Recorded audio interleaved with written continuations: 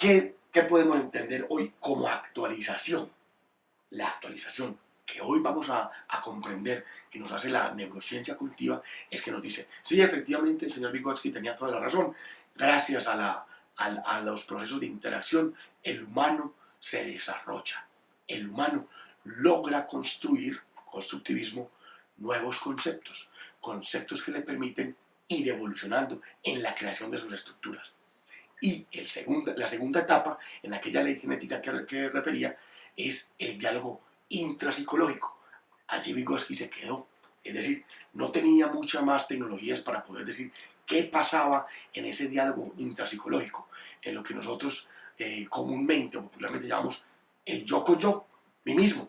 ¿Qué creo, que considero, que tengo que decir yo en relación con una interacción previa con el otro, con lo otro, con la cultura, con la ciudad, con el entorno, con los grupos sociales y las manifestaciones culturales? Allí es donde la neurociencia cognitiva empieza a tomar muchísima fuerza, porque ya a partir del desarrollo de tecnologías digitales que logran meterse, digámoslo así, al interior de nuestro cerebro, de nuestra mente, nos ha permitido entender mucho más claramente qué es lo que ocurre en esa caja o caja negra que el conductismo denomina así, allá en el cerebro.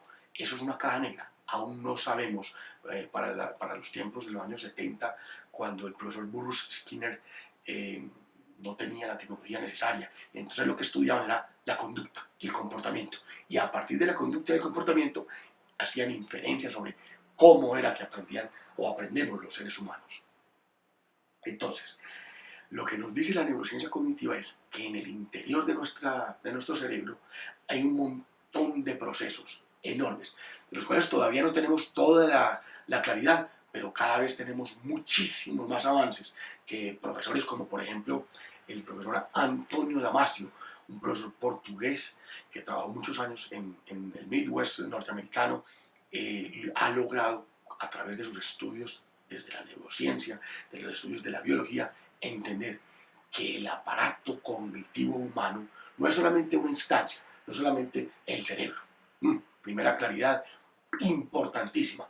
No solamente aprende el cerebro, aprende todo el cuerpo. Y entonces ahora vienen las teorías del embodied learning, o el aprendizaje, para llamarlo así, corporizado, el cuerpo que aprende. Claro, aprende todas las células, todas las neuronas del cuerpo humano.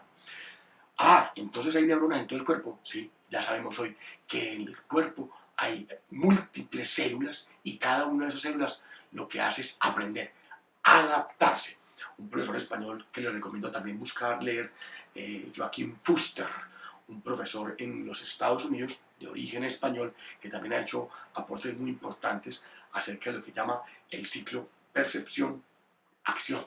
Sostiene el profesor Fuster que no solamente pensamos, sino que actuamos. Y en ese proceso hay un montón de desarrollos cognitivos, de desarrollos y evoluciones humanas que lo que hacen es adaptar el cuerpo, adaptar toda nuestra biología a lo que va experimentando en el entorno en el que se encuentra el humano.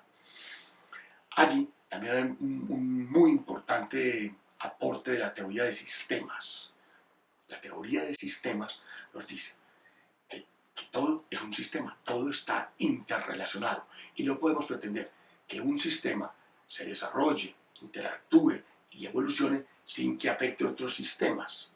Ocurre en el entorno, en los ecosistemas, lo llaman así, en los ecosistemas en los que nosotros vivimos, pero también ocurre en el interior del cuerpo humano. Insisto, no solamente del cerebro, sino del cuerpo humano. Pero de la teoría general de sistemas, o de la teoría de sistemas, esa entramado conceptual que nos permite entender cómo es que los organismos vivos se relacionan entre sí y con sus entornos, vamos a hablar en otro corto video que les estaré presentando más adelante. Por ahora, estamos viendo y entendiendo que el concepto de aprendizaje ha ido ampliándose, ha ido expandiéndose gracias a los avances de la neurociencia cognitiva y del uso de las tecnologías digitales que nos han permitido entrar en las profundidades del cerebro, del cuerpo humano y de sus relaciones, que es a lo que muchos científicos hoy denominan la mente. Muchas gracias, profes, por su atención, y espero que este corto video les sea muy claro y les sea de mucho aporte en su proceso de aprendizaje. Un saludo desde Medellín, Colombia, y hasta pronto.